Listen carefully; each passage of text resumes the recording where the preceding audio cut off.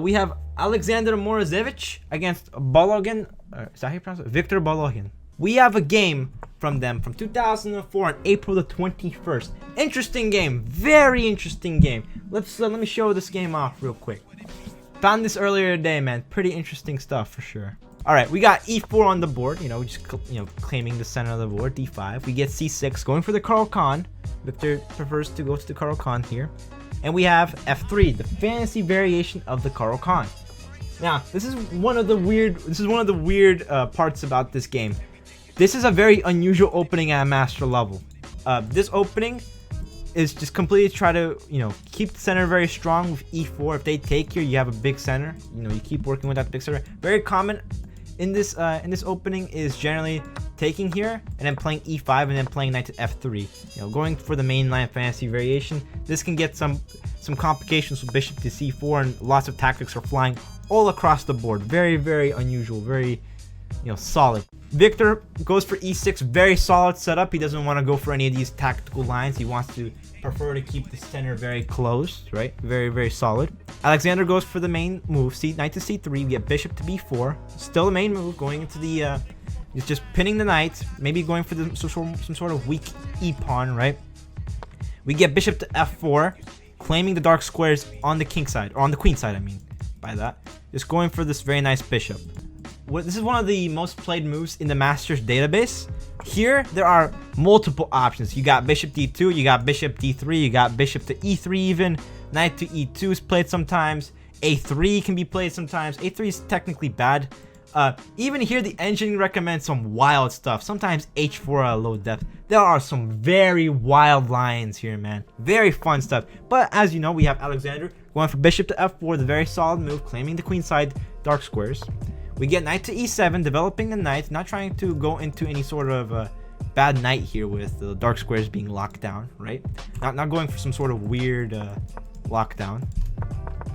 We get queen to D3, just cover all the weak pawns. You got the E pawns kind of weak. You have the queen, you have the knight that's kind of, you don't want to double pawns, right? And also preparing some sort of castle.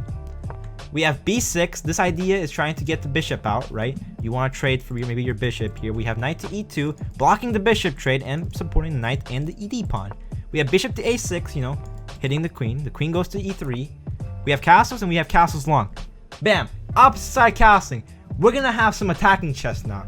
And when you castle opposite sides, your opponents usually want to throw every pawn at you, right? We're going to see moves like C5 trying to open stuff up, maybe get your rook out onto C8. Try to maybe blow up the queen side, pawns here for white, right? And what white's going to do is white is going to try to push their pawns. They're going to start trying to make something happen on the queen side here. And that's what we have. We have C5 trying to blow up the center. Now, as soon as C5 gets played, Morozevich goes for A3.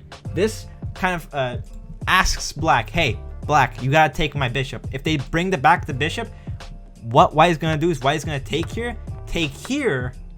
and then take the free pawn, hitting the bishop and putting pressure on the D pawn, which you don't want to lose a pawn, right? So of course Victor takes the knight.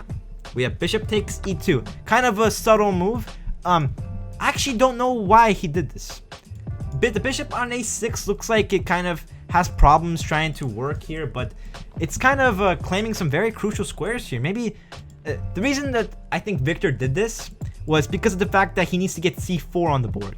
C4 on the board kind of makes this pawn no longer weak and continues trying to chug away at playing B5, A5, trying to push those pawns, trying to get an attack going. And I guess he thought that this bishop would look very bad here. So we have bishop takes E2. Alexander takes back the knight, and we have C4. C4 instantly just takes care of his weakness and grabs more space on the queen side. We have H4. H4 just starts the attack. He wants to start pushing these pawns, of course, right? We have B5, continuing to push, and we have queen to E1. Now, queen to E1 is a very flexible move from Morozevich. This move, it gives him ideas of trying to maybe bring the queen to this side of the board or this side of the board. It's very flexible. He can always move back and forth wherever he wants to go, right? Maybe he's getting attacked on the queen side, he wants to defend there. He brings his queen to the other side, right? It's very nice move.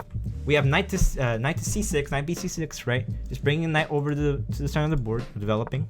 And we have H5, continuing to push that H pawn. This H pawn will have a very, very, very important role in the end, by the way. Keep an eye on it. We'll see something very interesting.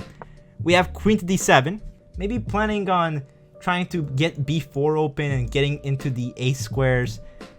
It's an interesting plan. We have g4, we have f6, maybe trying to defend against all these e4 and g5 ideas, and we have bishop to f1. Now bishop to f1 clarifies that this bishop is bad, right? Morozevich sees he has a bad bishop. He wants to maybe try to open up the center with moves like e5, taking here, putting some pressure on the knight, right? And he also wants to clarify that this bishop is bad and he wants to bring it to this side of the board and then play g5 because you've got some weak light squares here, right? Okay, rook a d8, right? Putting more pressure on the d file. He wants to maybe open this up and maybe take this. However, after bishop to h3, Victor takes the pawn on e4 and Victor takes the d pawn. Now, Victor White got what he wanted. He wanted the d pawn. It looks like a very nice pawn, right? However, this pawn does a lot of things for White. It allows White to now put pressure on this knight. This knight cannot move right now. Why? It's pinned to the queen. And this rook will also be potentially traded off. So we're going to have moves like bishop to queen knight to c3 in the future. And we're going to have moves like g5, just clarifying that the pawns and the light squares are weak. So we get g5. This move allows him to either take or push, right? Now, if Victor takes this pawn, Alexander will take back and put pressure on this knight. Now, this queen is overloaded. Morozevich will now just take with the rook and take the free knight while forking the rooks. These rooks are very forkable, man. Very forkable rooks. Not very happy to look at, these bishops, man. And so, instead of doing that, Morozevich pushes the pawn. Now, I'd say he was kind of scared of letting him take and trying to allow moves like e5, right? Bishop to e5, because this can be kind of fishy, and if he takes with the pawn, g happens, right? Now, the computer is a nutcase. The computer just wants you to either play b4 or f5. It thinks about it for a little bit. It wants b4 sometimes. It also likes queen to e8, which is ridiculous. It's a really weird move. We have f5. We have king to b1, a very prophylactic move, just you know, saying, hey, if an attack starts on my king, I'm gonna go ahead and be very safe. Queen to c6 gets played, lining up against the rook. Potentially, you know, this pawn's also pretty weak. It's not super good to look at, and we get h6 on the board. Now, if you've been paying attention, we saw this h pawn run up across the board. It's already at the king side, man. The attack is there. Okay, you got the g and the h pawn. They're already here. So what is Morozevich gonna do? We're gonna see Victor take on e. And Morozevich is now going to play queen to c3. Now, queen to c3 does a couple of things. One, it pins the knight to this pawn. If this knight moves, you get mated.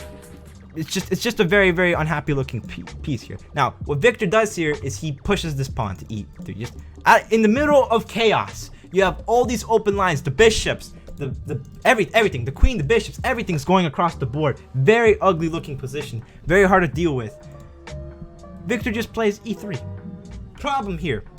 After e3 gets played, Morozevich sacrifices the rook. He sacrifices the rook because of this. After queen takes h1 with check, king to a2, and, you know, Victor takes h3, Alexander takes d8, saying, hey, you can't take my rook. I'm going to mate you. Now, what Victor should have done instead of gone into this line where everything is very weak, there's some very scary potential here. It's not looking so good. What Victor should have done is she should have played the very, very calm, collected move. This is very, very scary look at, by the way.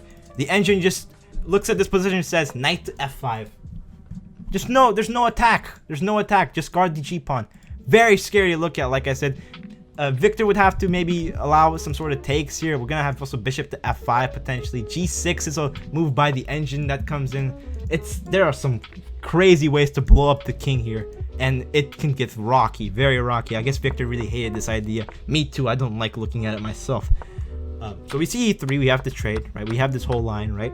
And Victor sees this position and he takes on h6, and so Victor takes back on the h pawn, and we have, you know, the same threat. We want to mate on g7. Right here, the computer freaks out. The computer says you just sacrifice every pawn. Why? You can't stop this attack. Everything is dead. The position is lost. Everything is done. It's mate in 9 to the computer standards. But the game is not over yet. We still need to mate the opponent. And so Victor plays queen to g4, guarding the mates. Now, Alexander has one and only one move here. It's mate in 4. find it, okay? I'm gonna give you guys a moment.